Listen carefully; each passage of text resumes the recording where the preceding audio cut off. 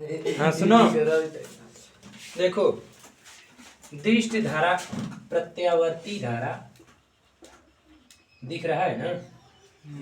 प्रत्यावर्ती धारा तथा दिष्ट धारा, इनकी जो है कि तुलना हम कर रहे हैं, ठीक ना। तो प्रत्यावर्ती धारा को और दिष्ट धारा को, मतलब इसकी तुलना, इसके लाभ और हानियां क्या है। अगर प्रत्यावर्ती धारा है तो इसका लाभ क्या है, ठीक। तो प्रत्यावर्ती धारा को हम एक स्थान से दूसरे स्थान तक हम कम खर्च में भेज सकते हैं। अब प्रत्यावर्ती धारा में विद्युत लॉस बहुत कम होता है, विद्युत का ह्रास कम होता है। और दिष्ट धारा में अगर हम एक स्थान से दूसरे स्थान तक अगर दूरी तक अगर हम भेजते हैं तो इसमें विद्युत में ह्रास ज़्यादा होगा, ठीक है। तो ये पहला इसका लाभ है प्रत्यावर्ती धारा का, एक स्थान से दूसरे स्थान तक कम खर्च में भेज सकते हैं, ठीक। अब दूसरा इसका लाभ क्या है, इसका दूसरा लाभ क्या है, हाँ, कि प्रत्यावर्ती धारा का जो जनित्र होता है और दिष्ट धारा जनित्र होता है, तो दिष्ट धारा जनित्र से प्रत्यावर्ती धारा जनित्र सुगम और आसान होता है, इसमें आर्किंग नहीं उत्पन्न होता है। प्रत्यावर्ती धारा जनित्र में जो स्प्लिट जो सर्पी वलय होता है, तो सर्पी वलय से जो कार्बन का टुकड़ा जो स्पर्श किए हुए रहता है वो लगातार उसको स्पर्श किए रहता है, ठीक ना। और जो कम्यूटेशन की क्रिया होती है दिष्ट धारा में, तो जो उससे जो जनित्र से जो विद्युत उत्पादन होगा, ठीक, तो उसमें जब एक कम्यूटेटर को छोड़कर दूसरे के वाले को जब पकड़ेगा तो उसके बीच में कुछ गैप हो जाता है थोड़ा सा, तो उस गैपिंग के समय में आर्क उत्पन्न होता है। तो जब वो आर्क उत्पन्न करेगा तो इससे कुछ तो चरचराहट, कुछ तो मतलब विद्युत की हानि होगी वहाँ। इसका मतलब कि इसमें कम्यूटेशन या स्पार्किंग की भी क्रिया नहीं होती है, किसमें, प्रत्यावर्ती धारा जनित्र में, ठीक है। और प्रत्यावर्ती धारा का उपयोग कहाँ कहाँ होता है, हाँ, प्रत्यावर्ती धारा स्रोत सस्ता होता है और दिष्ट धारा स्रोत महंगा पड़ जाएगा, ठीक है। अब देखो प्रत्यावर्ती धारा का कुछ हानियां भी हैं। अगर समान वोल्टता की प्रत्यावर्ती धारा है और समान वोल्टता की दिष्ट धारा है, तो ये जो है कि इस दिष्ट धारा से अधिक डेंजरस होगी। बात समझ में आ रही है। अगर दो फेज है ना, तो उसमें दिष्ट धारा की वोल्टता का करणी में 2 गुना वो हो जाएगा प्रत्यावर्ती धारा। प्रत्यावर्ती धारा दिष्ट धारा में बदलेंगे तो 2 गुना हो जाएगा, करणी में 2 गुना। 3 फेजी है तो करणी में 3 गुना हो जाएगा। इसका मतलब है कि अगर प्रत्यावर्ती धारा और दिष्ट धारा समान वोल्टता की है तो प्रत्यावर्ती धारा ही दिष्ट धारा जो है बाकी दिष्ट धारा से अधिक प्रबल होगी, है ना। जैसे दिष्ट धारा अगर 250 वोल्ट की है, प्रत्यावर्ती धारा भी 250 वोल्ट की है, मगर प्रत्यावर्ती धारा 250 वोल्ट की है, परंतु इसको अगर दिष्ट धारा बनाएंगे ना तो इसकी वोल्टता से इसकी वोल्टता ज्यादा हो जाएगी, तो इससे ज्यादा डेंजरस नहीं हुआ, इससे अधिक खतरनाक हो गई ना। इसलिए प्रत्यावर्ती धारा दिष्ट धारा से अधिक खतरनाक होती है, ठीक है। और ट्रांसमिशन में प्रत्यावर्तीय धारा हर जगह ट्रांसमिट की गई है, ठीक है। देखो जो इलेक्ट्रोप्लेटिंग है और विद्युत चुंबक है, तो अगर हम विद्युत चुंबक बनाएंगे किससे, हाँ, अगर प्रत्यावर्ती धारा से अगर हम विद्युत चुंबक बनाएंगे ना, जैसे मान लो कि अगर ये कुंडली है, अगर इसमें हम प्रत्यावर्ती धारा दे रहे हैं, अगर इसमें हम प्रत्यावर्ती धारा दे रहे हैं तो इसका चुंबक एक बार इस दिशा में बन जाएगा, इस दिशा में बन जाएगा, मतलब 1 सेकंड में ही 50 बार बनेगा, बिगड़ेगा, और इसकी ध्रुवता 50 बार चेंज होगी। ये कौने ओर खींची कौने ओर प्रतिकर्षित करी गारंटी नहीं है कि नहीं। तो ये अस्थायी चुंबक बन नहीं पाएगा, है ना, फ्लक्स परिवर्तन बहुत तेज होगा, तो ये चुंबक नहीं बनने देगा प्रत्यावर्ती धारा। मगर हाँ, विद्युत चुंबकीय प्रेरण की घटना करता है प्रत्यावर्ती धारा। ठीक, तो इसलिए हम इसका विद्युत चुंबक नहीं बना सकते। क्यों? क्योंकि इसकी धारा प्रवाह की दिशा बदलती रहती है तीव्र गति से, 1 सेकंड में 50 बार। ठीक है। और इलेक्ट्रोप्लेटिंग क्या होती है? इलेक्ट्रोप्लेटिंग का मतलब कि विद्युत लेपन, जो कि रसायन विज्ञान में तुम लोग पढ़ते हो। तो हम जो है कि अशुद्ध धातु का, किसी विलयन में अशुद्ध धातु का पदार्थ रख लेते हैं और इसमें सोने की, मान लो कि चम्मच को प्लेटिंग करना है। ठीक, तो सोने की चम्मच को हम ऋण वोल्टता दे देंगे और बाकी अशुद्ध धातु को क्या करेंगे? धन वोल्ट दे देंगे। अब ये जब गलने लगे, इसमें विद्युत जब प्रवाहित होगा इस विलयन में, जब ये गलने लगेगा तो एनोड, ये होता है एनोड, तो एनोड के नीचे जो अशुद्धि होती है वो धीरे धीरे जमा हो जाती है, इसे एनोड पंख कहते हैं। और इसमें की जो धातु होता है, तो धातु बताओ कि धनायन बन जाता है ना, वो जब इसमें से गल करके इसमें से निकलेगा तो ऋण प्लेट है, तो ऋण प्लेट पर जा करके जमा होने लगता है, तो इस पे इसका रंग चढ़ जाता है। इसको कहते हैं इलेक्ट्रोप्लेटिंग। क्या कहते हैं? इलेक्ट्रोप्लेटिंग। नहीं लोग कहते हैं सोने का पानी चढ़ा दिया गया है, चांदी का पानी चढ़ा दिया गया है, तो ये जो है इलेक्ट्रोप्लेटिंग करते समय उसका पानी चढ़ा दिया जाता है, उतरता नहीं है उसका रंग। ठीक है। ऊपर वाला है घरेलू विद्युत परिपथ। घरेलू विद्युत परिपथ, ठीक है, घरेलू विद्युत परिपथ। तो देखो घरेलू विद्युत परिपथ में क्या है, अभी लिखना नहीं है, सुनो जी, लिखना नहीं। देखो घरेलू विद्युत परिपथ में क्या है, जो तुम्हारे घर में विद्युत आई है वो कैसे उसकी व्यवस्था की जाती है, यही ना। जैसे जो बाहर से तार आता है, जैसे मान लो कि तार आया 2 ठो, ठीक है, और यहाँ पर तुम्हारा लगा है वाट मीटर, जो कि विद्युत ऊर्जा को नापने वाला है। ठीक, तो यहाँ से ये दोनों तार इसके अंदर कनेक्ट हो गया, फिर 2 तार इसमें से निकलेंगे भी, तो बोलो तो जैसे इसमें फेज न्यूट्रल लाए, तो उसी तरह से इसमें से फेज और न्यूट्रल निकल जाएगा बाहर। बात समझ में आ रही है? तो जब ये फेज और न्यूट्रल निकल जाएंगे तो ये तुम्हारा वाट मीटर है। ठीक, अब देखो ये फेज है और ये न्यूट्रल है, तो जो तुम्हारा बोर्ड है, मेन बोर्ड, ठीक, तो इस मेन बोर्ड में तुमको क्या है कि इसमें लगा हुआ है 2 फ्यूज। ठीक, इसमें 2 फ्यूज लगते हैं। अब इसमें क्या करते हो कि एक फ्यूज इसमें ले आके जोड़ देते हो और एक फ्यूज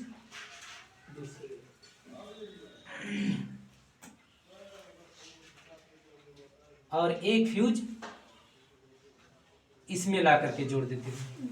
दोनों में फ्यूजों को जोड़ दिए ना, बोलो, एक फ्यूज इसमें जोड़ दिए और एक फ्यूज इसमें जोड़ दिए, दोनों में फ्यूज को जोड़ दिए हो। ठीक,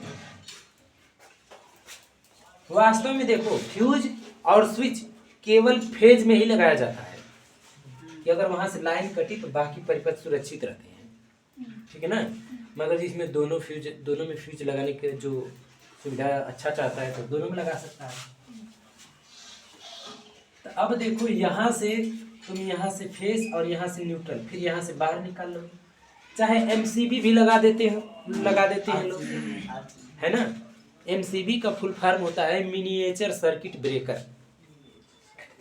छोटा सा सर्किट ब्रेकर होता है, जब ओवरलोड होता है, चाहे कहीं शॉर्ट सर्किट होता है, तो वह जो है विद्युत को कट कर देता है, वो गिर जाता है। ठीक है, बात समझ में आ रही है?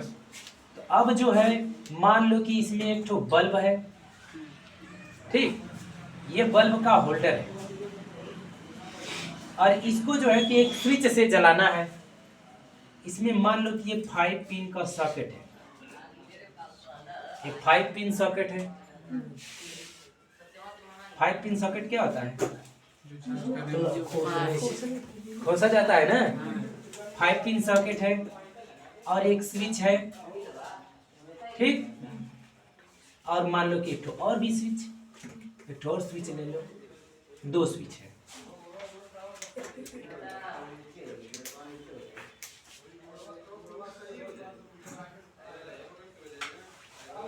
ठीक। तो अब तुम क्या करते हो कि जो यह फेज है, फेज यहां से लेकर के आए और तुम एक काम किए, ऐसे लेकर के आओ, फेज तुम ऐसे लेकर के आए, ठीक।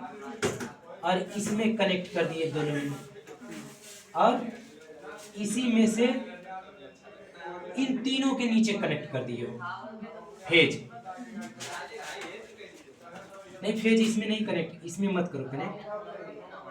फेज इसमें क्या किए हो कि इन दोनों में कनेक्ट कर दिए हो, फेज इसमें मत कनेक्ट करो। तो ये इसका ऊपरी हिस्सा एक ठो खाली है ना, तो इसके ऊपरी हिस्से को, इसके ऊपरी हिस्से को तुम ले आ करके इसके फेज में कनेक्ट कर दो। बात समझ में आई? अब बताओ, ये स्विच जैसे ही तुम कनेक्ट करोगे इससे, तो यहाँ से फेज वाला करंट, जो ये फेज है, तो ये जो फेज वाला करंट है वो घूम करके इसमें आ जाएगा, और इसमें जो न्यूट्रल है वो डायरेक्ट जोड़ दिया जाता है थर्मल, बिना स्विच के, ठीक। अब एक काम करना, बल्ब को भी तो फेज और न्यूट्रल चाहिए, तो बल्ब को जब न्यूट्रल चाहिए तो यहां से न्यूट्रल लेके जाओ और इसको एक ठो जोड़ दो न्यूट्रल। बात समझ में आ रही है? अब तुमको ये बल्ब जलाना है स्विच से, तो फेज जो है कि डायरेक्ट नहीं दिया जाता है, स्विच के माध्यम से होकर के दिया जाता है। यहाँ से जोड़ दिए होल्डर में। अब इसमें तुम बल्ब लगा दिए, जैसे ये स्विच दबाओगे तो ये बल्ब जल जाएगा। बात समझ में आ रही है? और ये स्विच दबाओगे तो इसमें करंट आ जाएगा, तो इसमें भी तुम इसका प्रयोग कर सकते हो। तब बताओ, तो जो घरेलू विद्युत की लाइनें जो होती हैं, ये जो फ्यूज है, फ्यूज, ये दोनों फेज फेज नहीं है, हम ये आपके तो मतलब फ्यूज फ्यूज लिखिए, ठीक ना। फेज ये है और ये न्यूट्रल है। जैसे कि कहने सुनने की भाषा के लिए फेज को गर्म तार बोलते हैं और न्यूट्रल को ठंडा तार बोलते हैं। तो फेज में तुम टेस्टर लगाओगे तो जलेगा, को क्या मतलब दिखाएगा, इंडिकेट करेगा कि इसमें करंट है, और न्यूट्रल में लगाओगे तो नहीं जलेगा। बाई चांस देखो तुम इसमें इसको जो है कि कनेक्ट किए, चाहे बल्ब को कनेक्ट कर दिए, ऐसे बल्ब नहीं जल रहा है, हाई वाला फ्यूज उड़ गया है। जब ये फ्यूज उड़ जाता है ना, तो तुम कौनों में चेक करोगे ना तो दोनों में बढ़ेगा। जब दोनों में चेक करते हो तो दोनों में जलता है। अब उसका रीजन क्या है? बच्चे सब सोचेंगे अरे हमारे दोनों फेजवा में लाइनियां आ रही है, अब क्या होगा, है कि नहीं? तो इसके लिए कोई दिक्कत नहीं है। यहाँ से देखो परिपथ को, अभी देखो हम समझा रहे हैं, पता चल जाएगा। यहाँ से जो फेज वाली लाइन आई, यहाँ से कनेक्ट है यहाँ पर, और तुम यहाँ से जैसे इसको कनेक्ट कर रहे हो तो इसमें तो लाइन जा रही है, इसमें जो है कि न्यूट्रल है, इसमें क्या है, न्यूट्रल है। तो अगर जब ये भी कनेक्ट है, सुनो, इसको जब कनेक्ट कर रहे हो तो बल्ब जल नहीं रहा है, लाइट इसमें भी आ जा रही है। अब दोनों में फेज जब पाएगा तो कैसे कोई सर्किट नहीं चलेगी, इसलिए क्यों इसमें चल रहा है। अब दोनों में, इसमें भी चेक करोगे ना बल्ब कनेक्ट करके, तो हेऊ में हेऊ बताएगा और इसमें भी बताएगा, तो कैसे ऐसे हो जाता है कि दोनों में, जब दोनों में कनेक्ट रहेगा तब। ये लाइन यहाँ से आई, यहाँ से जब ये कनेक्ट है तो ये लाइन इसमें चली गई, ठीक। अब बताओ कि जब ये कनेक्ट है तो इसमें कोई चार्जर वार्जर लगाए होंगे, तो यहाँ से कनेक्ट होकर के उसके माध्यम से इसमें आ गई बिजली, और यहाँ से हो गई, इसमें भी फेज बता रहा है, ठीक ना। अगर जैसे ये अगर फ्यूज नहीं जुड़ा होता न्यूट्रल का तो न्यूट्रल वहां तक जाता, अब न्यूट्रल नहीं जा रहा है। बात समझ में आ रही है, क्योंकि दोनों फेज बन गया, ठीक है। अब देखो यहाँ जो बल्ब लगा हुआ है, बल्ब का जो फिलामेंट है वो सब कनेक्ट रहते हैं आपस में ना, बल्ब का जो तार रहता है वो अपने में कनेक्ट रहता है। तो यहाँ से देखो, यहाँ से गया फेज, यहाँ हो करके ऐसे आया तो ये फेज यहाँ आ गया, नहीं आ गया। यहाँ से तुम कनेक्ट कर रहे हो तो फेज यहाँ आ भी जा रहा है, तो दोनों में फेज है, तो तुम कहोगे कि चेक करने पे दोनों में जल रहा है। बात समझ में आ रही है। इसका मतलब है कहीं से इस सर्किट में न्यूट्रल नहीं मिल रहा है, न्यूट्रल नहीं मिल रहा है, ठीक। तो बताओ घरेलू विद्युत की जो वायरिंग होती है, इसमें इसको समझने के लिए बिल्कुल आसान सी बात समझो। तुम लोग समांतर क्रम श्रेणी क्रम जानते हो, तो विद्युत से जितने उपकरण चलाने हैं उन सभी उपकरणों को हम सप्लाई के समांतर क्रम में जोड़ते हैं। जब सप्लाई आती है फेज और न्यूट्रल, उसके समांतर क्रम में हम उपकरणों को लगाते हैं। मगर जवन उपकरण हमको लगाना रहता है उससे जिस बटन से ऑपरेट करना है उस बटन को उसके परिपथ में श्रेणी क्रम में लगा दिया जाता है। बस इतना ध्यान दो, पूरी वायरिंग कर लोगे, पूरी वायरिंग कर लोगे। अब बताओ यहां से इसको चाहिए करंट, तो इसको देखो न्यूट्रल मिला, अब फेज श्रेणी से होके मिला है, मतलब भाई श्रेणी में जुड़ा है। फेज यहाँ से हो करके फिर हिम में जाएगा, तब हिम में जाएगा, भाई श्रेणी में हो गया ना, तब यहाँ आ रहा है फेज। इसका मतलब कि देखो फेज न्यूट्रल यह है, फेज न्यूट्रल है यहाँ पर, मगर फेज के श्रेणी क्रम में स्विच जोड़ दिया गया। जब स्विच जोड़े वो इसके लिए काम करेगा। अब हाई क्या है, यहाँ से इसको मिल रहा है फेज और यहाँ से मिल रहा है डायरेक्ट न्यूट्रल, तो फेज न्यूट्रल तो इसको भी मिल रहा है, मगर फेज की जो लाइन है इस लाइन के श्रेणी क्रम में हम स्विच जोड़ दिए हैं। तो जवन स्विच जोड़े हैं इसके श्रेणी क्रम में, वो स्विच इसके लिए काम करेगी। बात समझ में आ रही है। अब देखो और जो तुमको पंखे चलाने हैं, जैसे मान लो कि दो तार है, इन दोनों तारों से तुमको क्या चलाना है, पंखा चलाना है।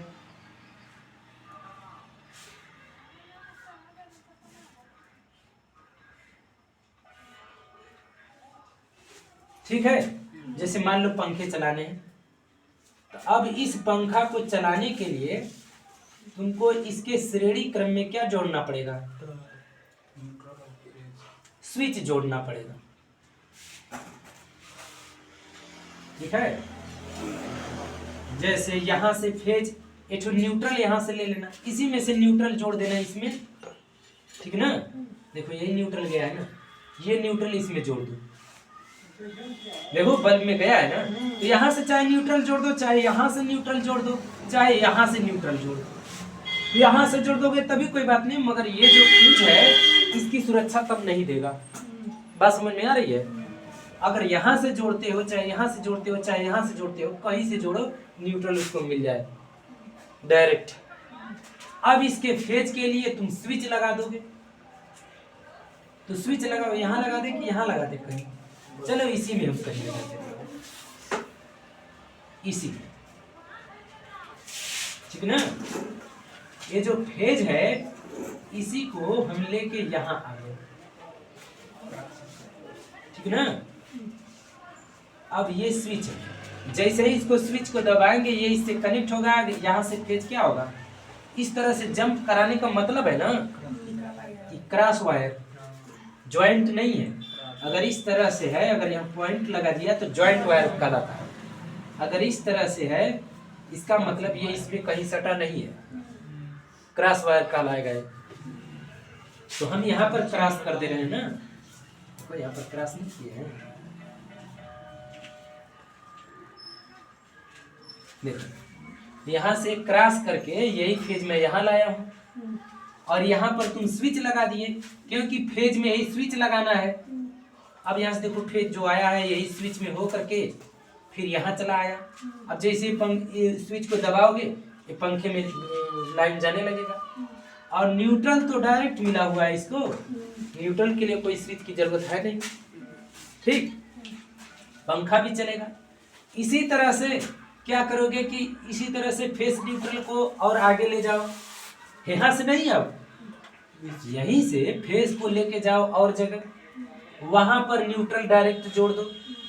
डायरेक्ट जोड़ने के बाद फेस जहां वहां तक लेके जाओ, वहां पर एक स्विच लगा दो, एक बोर्ड लगा करके वहां स्विच लगा दो, और उस स्विच को दबाने पर वो पंखा चले। इसी तरह से सबके समांतर क्रम में क्या जुड़ा रहेगा, उपकरण जुड़ा रहेगा समांतर क्रम में। और श्रेणी, सभी उपकरणों के श्रेणी क्रम में स्विच जोड़े जाते हैं। बात समझ में आई है? घरेलू विद्युत वायरिंग।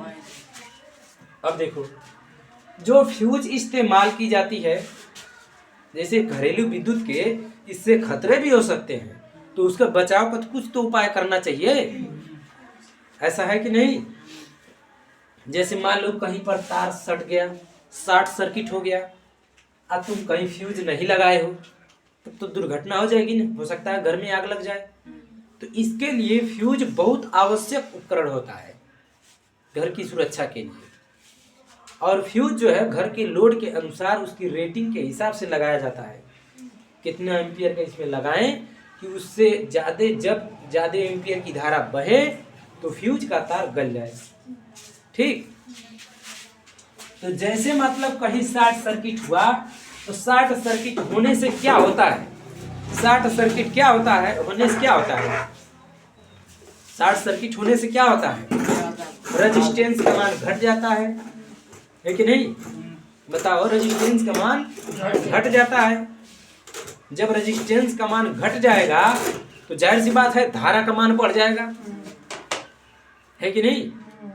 जब धारा का मान बढ़ जाएगा, क्योंकि वोल्टेज तो जल्दी से घटेगा नहीं उतना, मगर फिर भी हल्का सा डिम हो जाता है, विद्युत क्षय होने लगता है ना, इसलिए हल्का सा वोल्टेज घट जाता है शॉर्ट सर्किट होने पर। तो जब शॉर्ट सर्किट हुआ तो बताओ, V बराबर होता है I²R। अब बताओ कि जैसे जब रेजिस्टेंस का मान घटेगा तो धारा का मान बढ़ेगा, तब ना वोल्टेज उतना रहेगा। जब R का मान घटा तो धारा का मान बढ़ा, इसका स्क्वायर है तो और ज्यादा हो जाएगा ना। इसलिए जब धारा का मान बहुत ज्यादा हो जाएगा तो जो अपनी रेटिंग के हिसाब से जो फ्यूज का तार लगाए हो तुम लोग, वो तार जो है कि हाँ हीटिंग उत्पन्न करता है, गर्म हो जाता है। गर्म होने की वजह से अपने गलनांक तक पहुंच करके वो गल जाएगा, पिघल जाएगा, टूट जाएगा। तो परिपथ को क्या कर देता है, फेज वाला तार वो तोड़ देता है, चाहे ये गल जाए चाहे ये गल जाए। जहां शॉर्ट सर्किट होगा तो पूरे परिपथ में ना फेज और न्यूट्रल इसी के बीच में ना धारा बहेगी, इन दोनों में से कोई भी फ्यूज टूट जाएगा। तो तुम्हारे घरेलू बिजली का सुरक्षा हुई कि नहीं? अब तो आ रहा है MCB, मिनिएचर सर्किट ब्रेकर। छोटा एक साइज का एक सर्किट ब्रेकर बनाया गया है एक प्रकार का। जैसे विद्युत धारा का मान बढ़ेगा, लोड बढ़ेगा, अपने आप गिर जाएगा तो सर्किट ब्रेक कर देगा। और तुमको बस क्या है कि अब परिपथ में चेक करना है कि कहाँ फॉल्ट है। फॉल्ट चेक करके फ्यूज को कुछ नहीं करना है, केवल उसको MCB को उठा दो, परिपथ में धारा चालू हो जाएगी। उसको कुछ खोलना भी नहीं है। पहले के फ्यूज के तार में क्या रहता था कि उसको निकालने के बाद उसमें एक तार बांधा जाता था पतला सा, ठीक है, वो रेटिंग के हिसाब से कितना मोटा बांधे, वो भी कापर का कि गल जाए, है ना।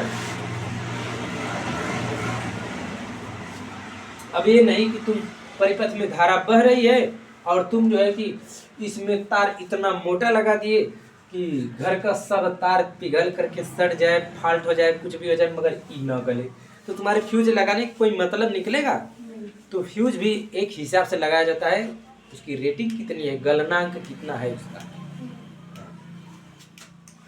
कितनी धारा प्रवाहित होने पर एक गल जाए, ठीक है। कभी हमारे गांव तो में मतलब ये भी देख लो, किसी का जल्दी फ्यूज नहीं जलता है, फ्यूज में खूब मोटा तार लगा देते हैं। अब फ्यूज लगाते हैं, फ्यूज में खूब मोटा तार लगा देते हैं, ठीक है, अच्छी बात है।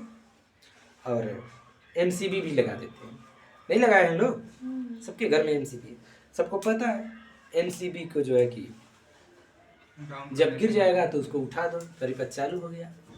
तो वो आसानी पड़ती है ना। अब फ्यूज का तार, अब फ्यूज का परिपथ अगर भंग कर दिया तो इसका मतलब अरे घर में लाइट नहीं आ रही, उसको निकाल के देखो तो देखो तार वो टूटा होगा। ये नहीं कि जैसे कि फ्यूज का तार अगर गल गया तो उसको निकाल करके उसको बांध करके फिर लगा दो, नहीं, उसको लगाने के पहले परिपथ में पूरा चेक करो तुम लोग कि कहीं परिपथ में हमारे घर में कहीं बिजली की फॉल्ट या शॉर्ट सर्किट तो नहीं ना है। चेक करने के बाद इसको लगाया जाता है, नहीं तो फिर लगाओगे फिर जल जाएगा। जब तक उस दोष, जहां परिपथ में दोष है, जब तक उस दोष को खत्म नहीं करोगे तब तक वो फॉल्ट होगा, तब तक नुकसान होगा। बात समझ में आई है? किसी को प्रॉब्लम? चलो इसको बंद करो।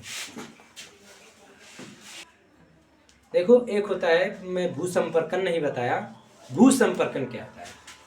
जब मैं पहले छोटा था तो मैं ये समझता था कि हाई जो 5वां पिन दिया है इकाई लिए दिया है ना, केवल खाली रखने के लिए, मैं यही समझता था।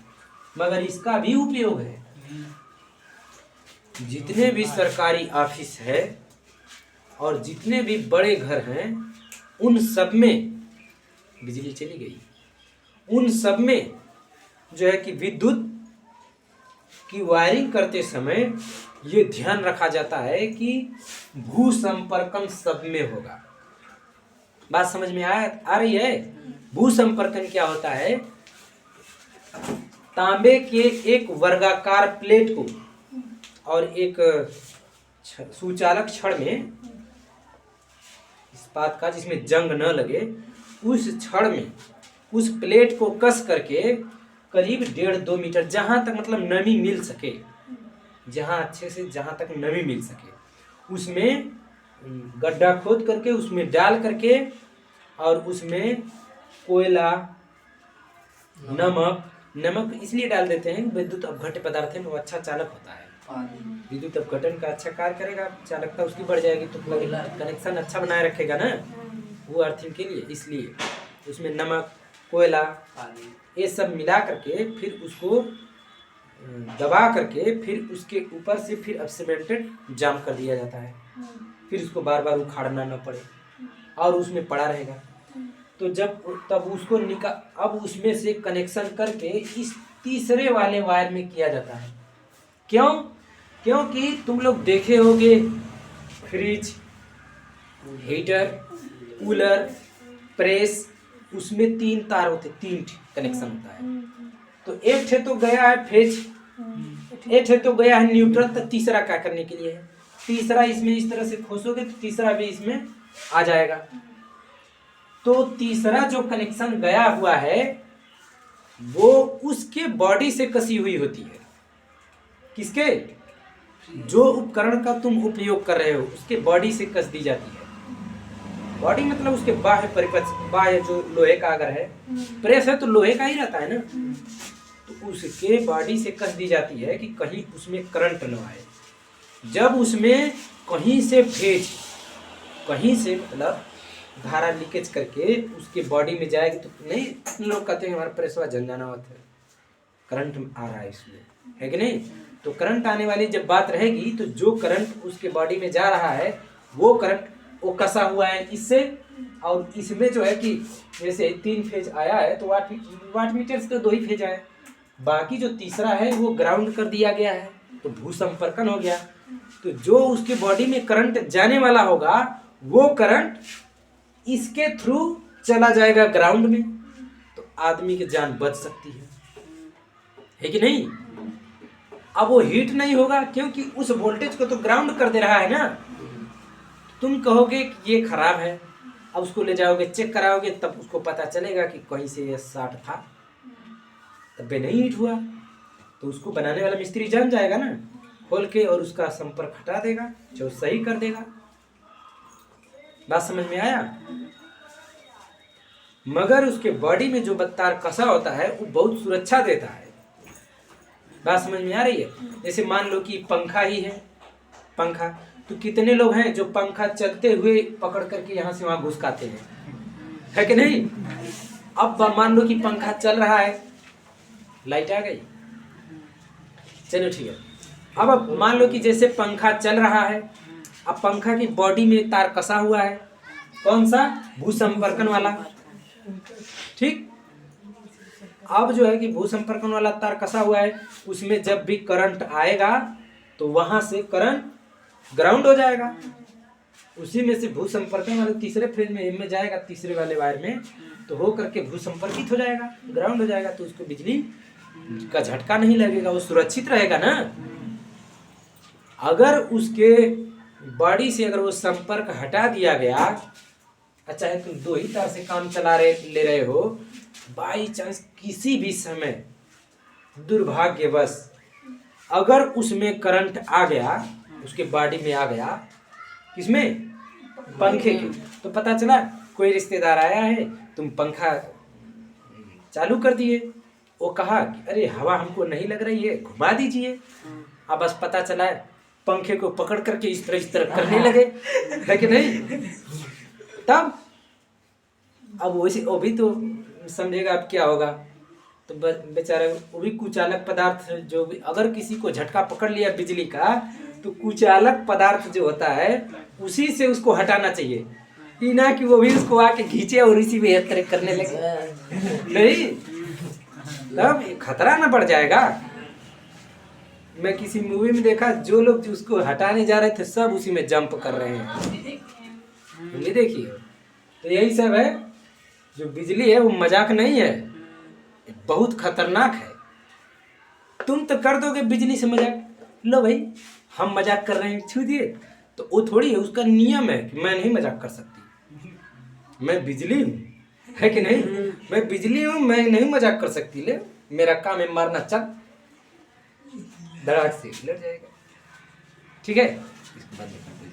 हमको जब तुम कभी भी घर का वायरिंग को, चाहे कोई भी अगर जो वर्कर है घर का कोई भी वायरिंग का जब काम करना शुरू करता है, चेक कर रहा है, कुछ भी देख रहा है, तो उसको क्या करना चाहिए कि पहले मेन स्विच, जैसे मेन स्विच तो लगा देना चाहिए, जिसने उठाने वाला होता है, उठा देने पर कनेक्शन हट जाता है। इसके बाद ये जो दोनों फ्यूज हैं इसको निकाल देना चाहिए, पहले मेन स्विच से घर की पूरी सप्लाई बंद कर देनी चाहिए, बंद करने के बाद घर का वायरिंग का काम करना चाहिए। ये नहीं मतलब तुम केवल स्विच, मेन स्विच बोर्ड से विद्युत को काट दिए, ठीक, विद्युत को मेन स्विच बोर्ड से काट दिए, और क्या है कि फ्यूज निकाले नहीं, तो कोई कहेगा अरे कोई गिराया है क्यों, लाइट नहीं है, और तुम वायर में काम कर रहे हो, पता चला बस कोई चालू कर दिया आके ला, और तुम वहां तो निधड़क, मतलब तुम बेडर का एकदम जोड़ रहे हो, और जोड़ते हुए इसी तरह से अपना नाचने लगोगे, काम खत्म हो जाएगा। इसलिए इस दुर्घटना से बचने के लिए किसी के दिमाग में कब कौन सी बात क्या कब आ जाए, तो जब तुम सर्किट जो है कटआउट से जैसे ही तुम वोल्टेज को काटते हो, दोनों ये दोनों भंग हो जाते हैं उससे, फिर भी ये दोनों फ्यूज निकाल के अपने पास रख लेना चाहिए, अपने पास रख लेना चाहिए, ठीक है। बात समझ में आई? इससे जो भी आएगा तो उसको देखेगा यहाँ कटआउट निकला हुआ है, तो घर का काम चल रहा है, ठीक है, इस समय हमको कुछ नहीं करना है। बात समझ में आई? तो ये खतरे बहुत होते हैं। कभी भी विद्युत का काम करते समय मेन स्विच बोर्ड से लाइन काट देनी चाहिए, ठीक है, इससे आदमी सुरक्षित रहता है, और जब आदमी सुरक्षित रहेगा तो बहुत लाइन बनाएगा, नहीं तो काबिल बनोगे कि अरे हम तो मिस्त्री हैं, हम तो बनाएंगे, पिलास से पता चला कहीं से सट गया तो दुर्घटना घटी, सावधानी हटी, दुर्घटना घटी।